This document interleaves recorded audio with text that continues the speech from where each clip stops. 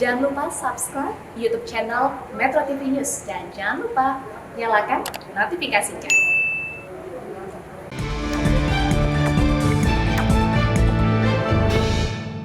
Tepis keraguan obat COVID-19.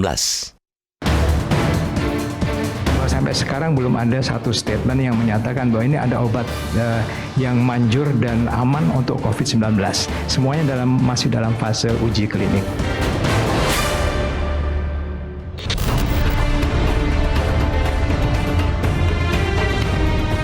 Seluruh dunia memang sedang adu cepat menemukan obat dan vaksin COVID-19. Jelas, kita juga tidak boleh ketinggalan. Sebab itu, bukan hanya soal prestis, melainkan terpenting demi keselamatan bangsa dan juga kemandirian kesehatan. Semakin cepat obat maupun vaksin yang teruji hadir, berarti semakin cepat pula pemulihan ekonomi. Pengujian vaksin luar negeri maupun pengembangan vaksin merah putih sama pentingnya. Begitu pula dengan riset penemuan obat COVID-19 dari berbagai lembaga yang ada di dalam negeri. Justru, setiap lembaga yang kompeten semestinya merasa terpanggil untuk ikut meriset obat bagi virus corona baru ini. Di sisi lain, urgensi bukan lantas klaim gegabah. Pengujian dan data yang serba tidak jelas harus kita tolak. Sebesar apapun lembaga yang mengusungnya, klaim remang-remang sama saja pintu petaka. Gegabah obat corona ini harus kita sadari benar, karena potensinya kerugiannya bertambah. Kita bukan hanya bicara klaim dari perorangan, melainkan juga klaim-klaim yang dibuat oleh universitas maupun lembaga lainnya. Seluruh klaim perorangan maupun lembaga harus tunduk pada keputusan otoritas obat di negeri ini, yaitu Badan Pengawas Obat dan Makanan atau BPOM. Dalam konteks itu, patut diapresiasi temuan obat COVID-19 yang dikembangkan tim Universitas Airlangga atau UNER Surabaya bekerja sama dengan TNI Angkatan Darat dan Badan Intelijen Negara atau BIN. Obat tersebut bukanlah hasil ciptaan sendiri, melainkan hasil kombinasi dari obat-obat yang sudah ada yang selama ini digunakan untuk pasien malaria, HIV, dan penyakit lainnya. Obat-obatan yang diteliti meliputi azitromisin, hidroksikloroquine, clarithromycin, doxycycline, lopinavir, ritonavir, favipiravir, dan kombinasinya. Sejak virus ini dinyatakan menjangkiti Indonesia awal Maret, BIN melakukan tes cepat berupa rapid test serta swab test di seluruh daerah Indonesia, diantaranya Jabodetabek, Bandung, dan Surabaya.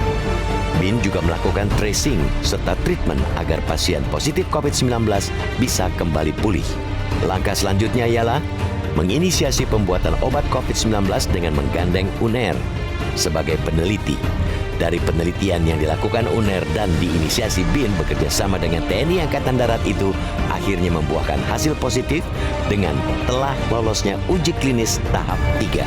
Penjelasan resmi pihak UNER menyebutkan bahwa uji klinis terhadap manusia dilakukan pada Juli dengan mengikutsertakan sekitar 750 pasien COVID-19 yang tersebar di 13 rumah sakit di Pulau Jawa. Pasien COVID-19 yang dimasukkan dalam uji klinis itu berstatus sakit ringan, sedang, dan berat, serta bergejala. Ketika pasien-pasien tersebut diberikan 3 macam obat kombinasi dalam rentang waktu antara 1-3 hari atau 1 hingga 7 hari, tingkat kesembuhan diklaim mencapai 90%. Klaim boleh-boleh saja, akan tetapi semua pihak harus tunduk pada uji klinis yang akan dilakukan BPOM untuk mendapatkan izin edar. Demi keselamatan bangsa, negara harus memberikan dukungan penuh kepada BPOM untuk melakukan tugasnya dengan independen. Adanya tekanan yang memengaruhi kerja BPOM harus ditindak selayaknya musuh bersama. Enok nian bila BPOM dalam menjalankan tugasnya, selain independen, juga terbuka kepada publik. Keterbukaan itu sangat penting untuk menepis keraguan yang menyertai penemuan obat COVID-19 oleh 3 lembaga tersebut.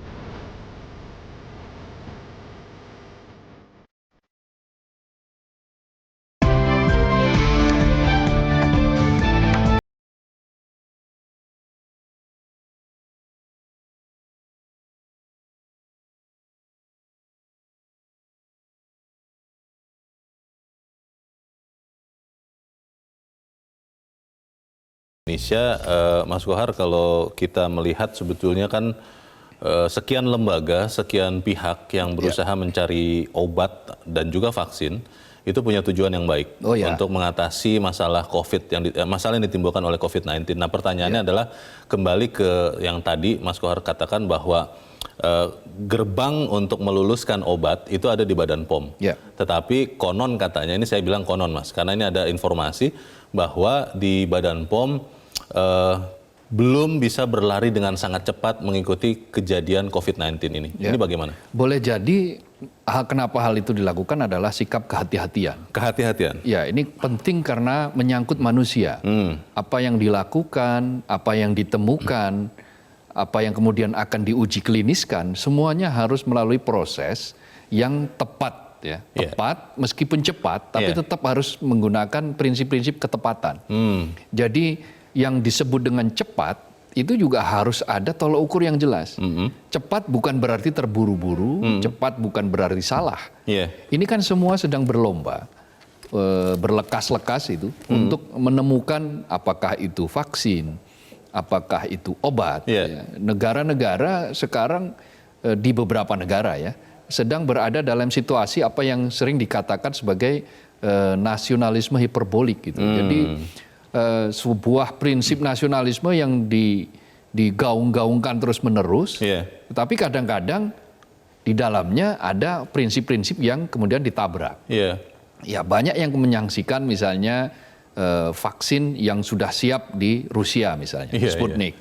Itu kan banyak yang mempertanyakan soal itu. Karena sangat cepat ya? Betul, karena sangat cepat, uji klinisnya cuma 2 bulan, sementara orang tidak tahu bagaimana proses-proses uji klinis itu terjadi. Nah, obat yang disebut kandidat obat lah ya, calon obat COVID yang ditemukan oleh institusi UNER, Angkatan Darat dan BIN ini diharapkan nanti kalau memang betul-betul dia sudah menjadi siap untuk menjadi obat, adalah obat yang memang benar-benar sudah melalui prosedur yang sangat ketat tadi itu, prinsip-prinsip yang sangat ketat itu. Wajar pula apabila publik masih bertanya-tanya, tidak ada kabar, tidak ada pengumuman, tidak ada tiba-tiba langsung dianggap sebagai sebuah temuan. Itulah yang harus ditepis tadi. Betul. Ya, kehati-hatian itu juga yang sepertinya ditempuh oleh Badan POM, Mas Kohar dan pemirsa, karena kami berusaha meminta keterangan dari Badan POM pagi ini, namun mendapatkan informasi bahwa rencananya nanti pukul 13 waktu Indonesia Barat akan ada keterangan pers dari Badan POM. Kita hormati itu, tapi ya memang sayang ya tidak punya kesempatan untuk menjelaskan pagi ini. Kembali lagi Mas Kohar, kalau ada badan-badan, kalau dalam hal ini kan kerjasama antara TNI Angkatan Darat, Badan Intelijen Negara, dan juga UNAIR untuk mencari obat. Sebetulnya kalau aturannya, apakah memang semua orang boleh berusaha mencarikan obat, atau memang harus lembaga-lembaga tertentu, misalnya harus perusahaan farmasi, harus dinas kesehatan, lembaga-lembaga yang terkait erat dengan penyakit dan obatnya. Dan riset itu kan undang-undangnya sudah jelas. Yang siapa yang bisa melakukan riset, termasuk di dalamnya adalah perguruan tinggi. Nah, obat yang ditemukan oleh 3 institusi ini kan sudah menyertakan di dalamnya para ahli, yaitu ahli di bidang kesehatan dari UNER, Universitas Airlangga Surabaya. Memang bahwa pengumumannya di Mabes Angkatan Darat, kemudian yang ada mengumumkan ada Kepala Staf Angkatan Darat juga di situ, meskipun di situ juga ada tim staf dari UNER. Tetapi secara prinsip nanti biarlah Badan POM yang menentukan apakah semua proses uji ini sudah betul dilakukan. Karena memang fakta-fakta di lapangan menurut klaim yang disampaikan, ini bisa menyembuhkan pada level sampai 99%, bahkan ada yang di Rumah Sakit Persahabatan itu sampai untuk kategori ringan untuk kategori ringan itu bisa menyembuhkan 100%. Ini obat yang kombinasi hasil dari kombinasi. Sudah diuji cobakan di dalam editorial dikatakan kepada sekitar 750 pasien yang tersebar di 13 rumah sakit di Pulau Jawa, dan ini menunjukkan gejala kesembuhan setelah diberikan obat kombinasi itu dalam waktu 1 sampai 3 hari atau 1 hingga 7 hari. Berarti ini kan sebetulnya bagus ya. Kalau begitu, apa yang harusnya dilakukan oleh Badan POM? Apakah memang tunggu atau memang boleh jemput bola? Badan POM kan sekarang sudah menerima Jadi dalam prinsip peraturan di Badan POM, di aturan tahun 2018 itu, siapapun yang ingin mengedarkan apakah itu obat, kemudian makanan, minuman, itu harus register, harus mendaftar dulu minta izin ke Badan POM untuk meminta izin itu. Nah itu ada prosesnya, dan prosesnya sudah diatur di dalam aturan tersebut dan sangat rigid. Sehingga yang harus kita lakukan sekarang, kita dorong adalah biarlah Badan POM bekerja dengan independen. Tanpa ada tekanan dari pihak manapun, tanpa ada dorongan dari siapapun untuk, ya kalau memang bisa dilakukan 100% sudah uji siap, ya jangan ragu-ragu. Tetapi kalau ada sesuatu yang memang harus diselisik lebih jauh, yang menurut otoritas Badan POM itu belum sepenuhnya selesai, ya jangan dipaksakan untuk diregister sekarang. Jadi proses independen, tanpa tekanan, tidak harus tergesa-gesa, itu menjadi prinsip yang harus dipegang. Ada yang mengatakan begini Mas Kohar, ketika kita membicarakan seperti ini, ada yang mengatakan, loh ini kan ada orang berniat baik. Kenapa sih dipertanyakan, dipermasalahkan, kenapa harus mengikuti prosedur normal? Ini kan kondisi tidak normal. Bagaimana Mas Kohar? Niat baik tidak cukup, Leo. Niat baik itu harus dilakukan dengan cara yang benar. Cara yang baik, cara yang tepat. Yang aman ya? Cara yang aman. Karena ini obat. Kita niat baik, tetapi kalau kemudian karena ada 1-2 yang proses ya, yang ditabrak misalnya, atau tidak dilalui, diabaikan begitu saja, lalu kemudian menimbulkan petaka di belakang hari, atau korban yang justru semakin lebih banyak. Efek samping yang mungkin terjadi lebih banyak, ya itu kan berarti niat baik saja tidak cukup. Niat baik harus didorong atau dilandasi, diikuti oleh cara-cara yang baik, prosedur yang benar, yang ketat gitu kan. Semua orang punya niat baik kan. Itu. Tetapi kalau caranya teledor ya bisa berbahaya. Caranya juga harus baik. Betul. Kita akan nanti dengarkan pendapat dari masyarakat, tapi kita harus jeda dahulu Mas Kohar dan pemirsa tetap bersama kami. Editorial Media Indonesia segera kembali.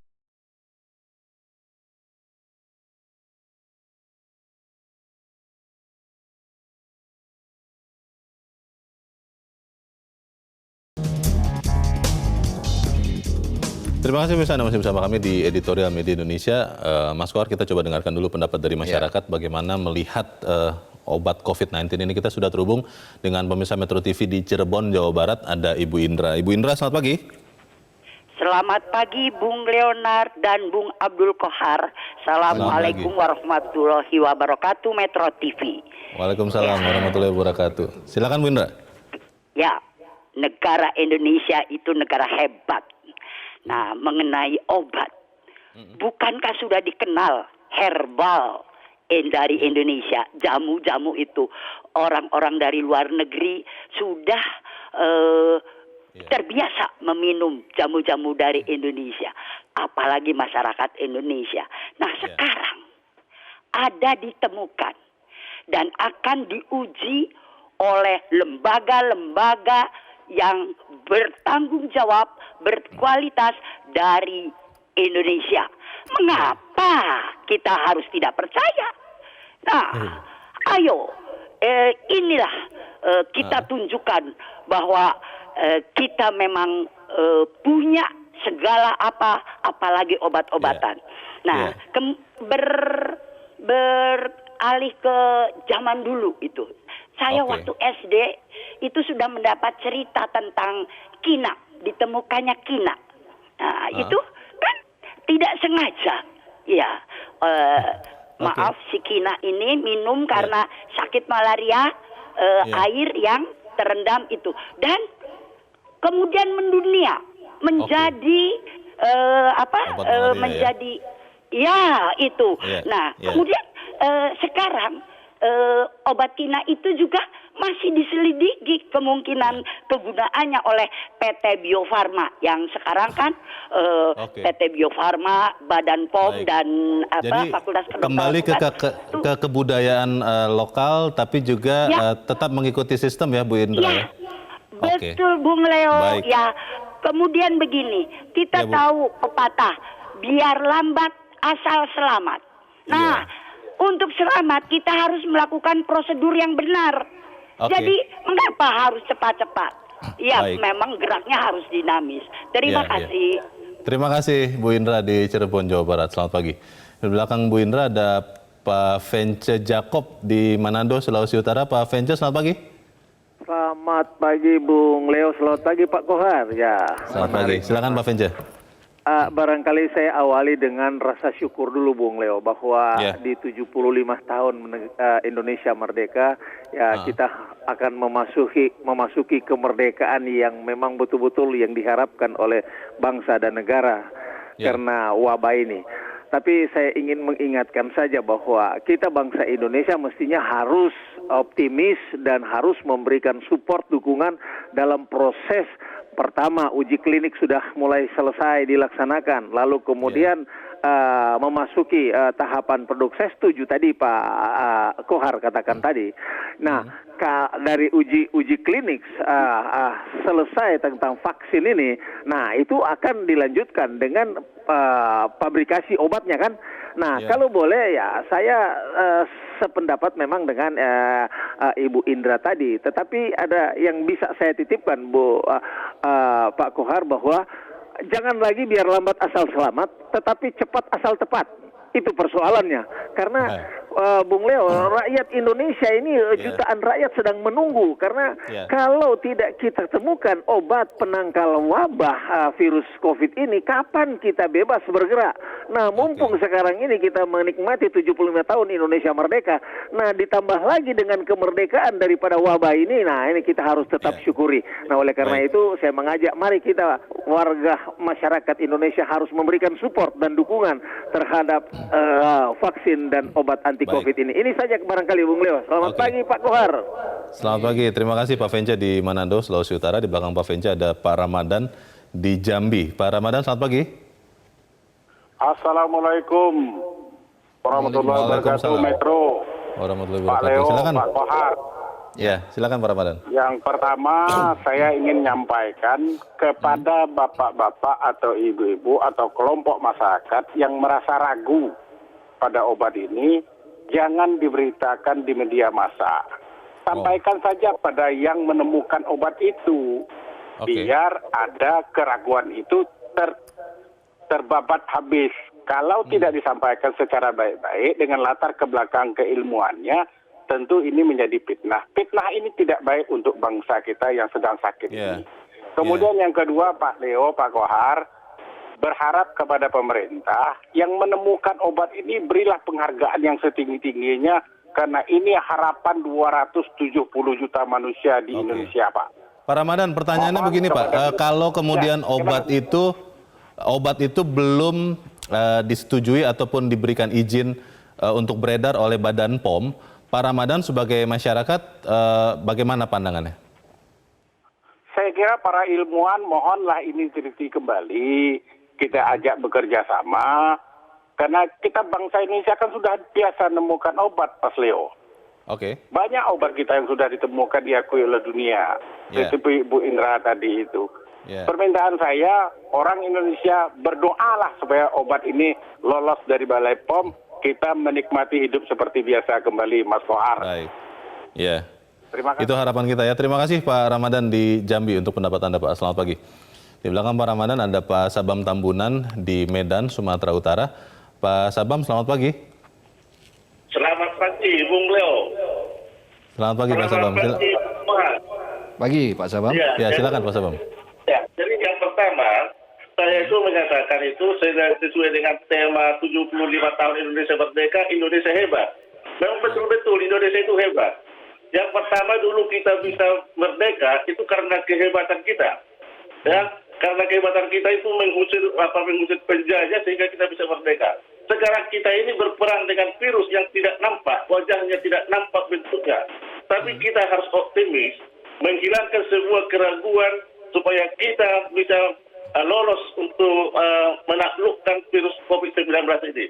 Saya percaya putra-putri bangsa ini banyak ahli-ahli akan mampu menciptakan seperti ini. Tapi yang kita minta sekarang itu, lembaga-lembaga riset harus melaksanakan itu risetnya itu sesuai dengan sesuai dengan resep teknis, Prosedur. dan juga harus bekerja sama dengan Badan POM dan juga MUI. Jadi harus dihilangkan dulu ego-ego sektoral, harus bekerja sama yang tiga lembaga ini. Lembaga riset, lalu juga Badan POM, MUI juga harus sama-sama bekerja untuk menciptakan ini supaya bisa kita tepat. Jangan nanti lembaga riset sudah ada obatnya, Badan POM menyatakan tidak bisa edar, MUI menyatakan tidak halal, ini juga jadi problem.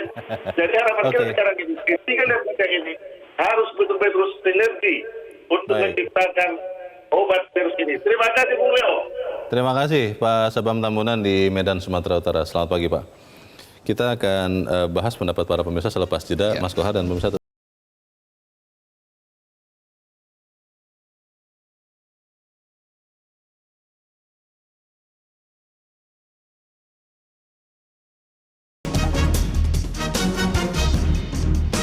Terima kasih pemirsa, Anda masih bersama kami. Kita di bagian akhir dari diskusi kita pagi ini. Mas Kohar, para pemirsa kelihatan optimis sekali dengan penemuan ataupun usaha menemukan obat COVID-19.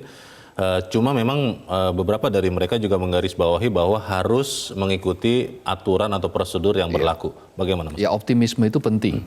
Optimisme itu penting, tetapi optimisme itu harus dibangun pula dengan realitas yang ada di lapangan.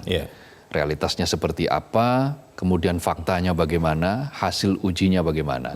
Kita punya tenaga-tenaga yang ahli di bidang riset. Kita punya mereka-mereka yang sudah berjibaku. Itu kita apresiasi setinggi-tingginya. Upaya ikhtiar untuk menemukan obat, menemukan vaksin, itu merupakan ikhtiar yang sangat mulia. Di tengah orang lain sedang menghadapi situasi yang sangat mencekam, yaitu COVID-19.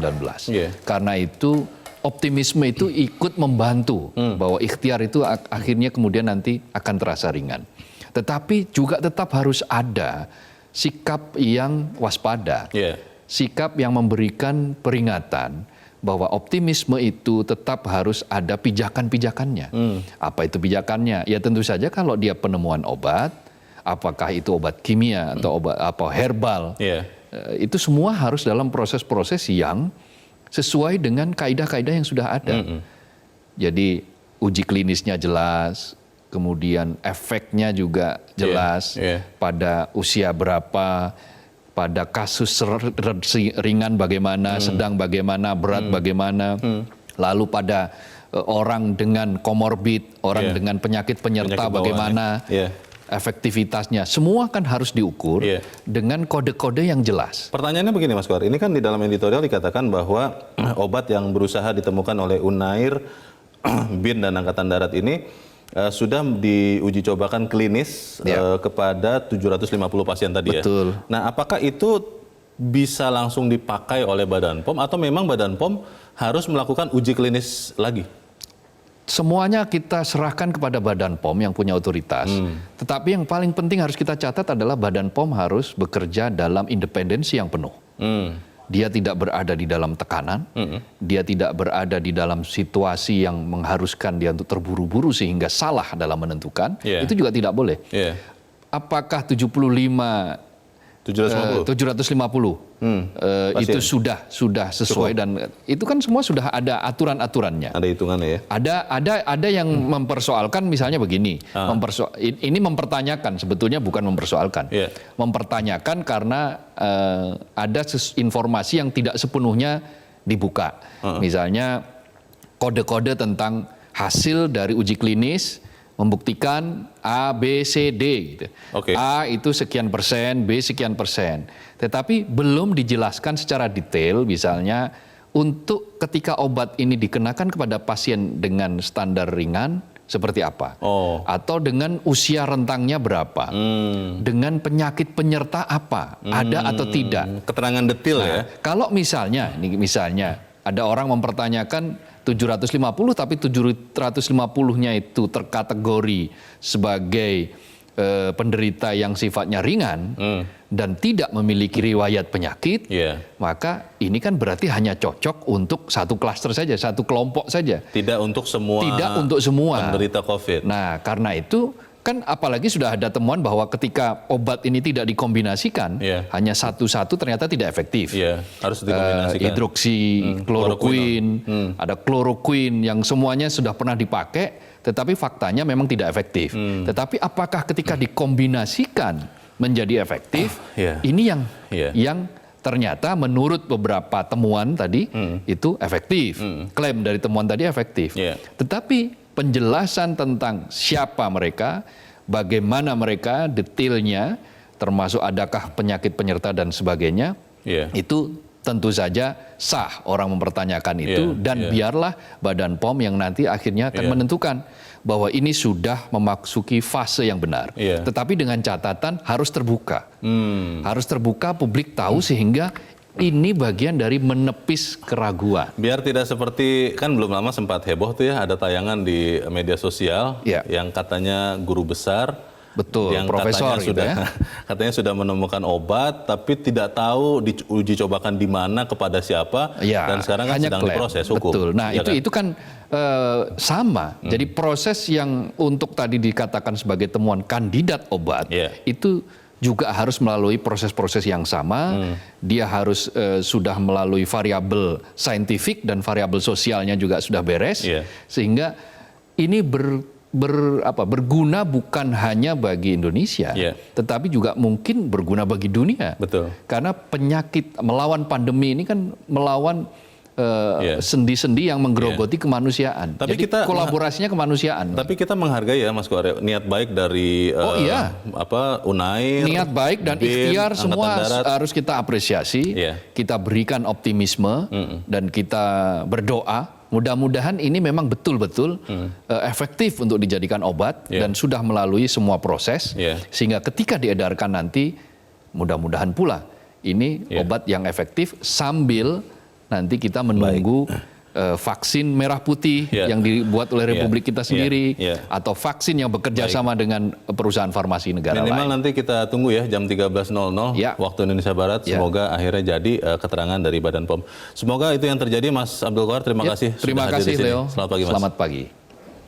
Pemirsa, elok nian kalau Badan POM dalam menjalankan tugas selain independen juga terbuka kepada publik. Keterbukaan itu sangat penting untuk menepis keraguan yang menyertai penemuan obat COVID-19 oleh 3 lembaga yang kita sudah sebutkan di atas. Mari kita sama-sama dukung usaha anak bangsa supaya kita bisa terbebas dari pandemi COVID-19. Tetap jaga jarak, pakai masker, cuci tangan untuk mencegah COVID-19 menyebar lebih lanjut. Saya Leonard